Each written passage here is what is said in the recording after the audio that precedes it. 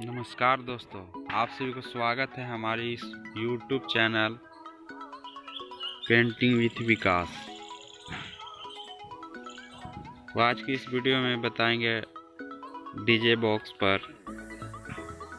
कौन कौन सा पेंट इसमें सुंदर लगता है, इसे लिखा जाता है। आज की वीडियो में शुरू से अंत तक बने रहें, बहुत कुछ जानकारी मिलेगी इस वीडियो में। और वीडियो अच्छा लगे तो एक लाइक कीजिए और साथ में बेल आइकन को प्रेस कीजिए और हमारे चैनल को सब्सक्राइब कीजिए। तो मैंने पहले लिया बियर वाइट जो एनामेल पेंट है।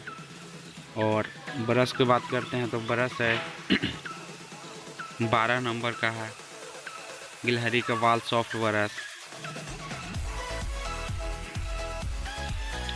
और ये लेटर है राउंड लेटर है, तो पहले इस पर वाइट कलर से लिख लिया जाता है और इसके सूखने के बाद कलर बाय कलर जो लाइट कलर होता है उसमें लगाया जाता है।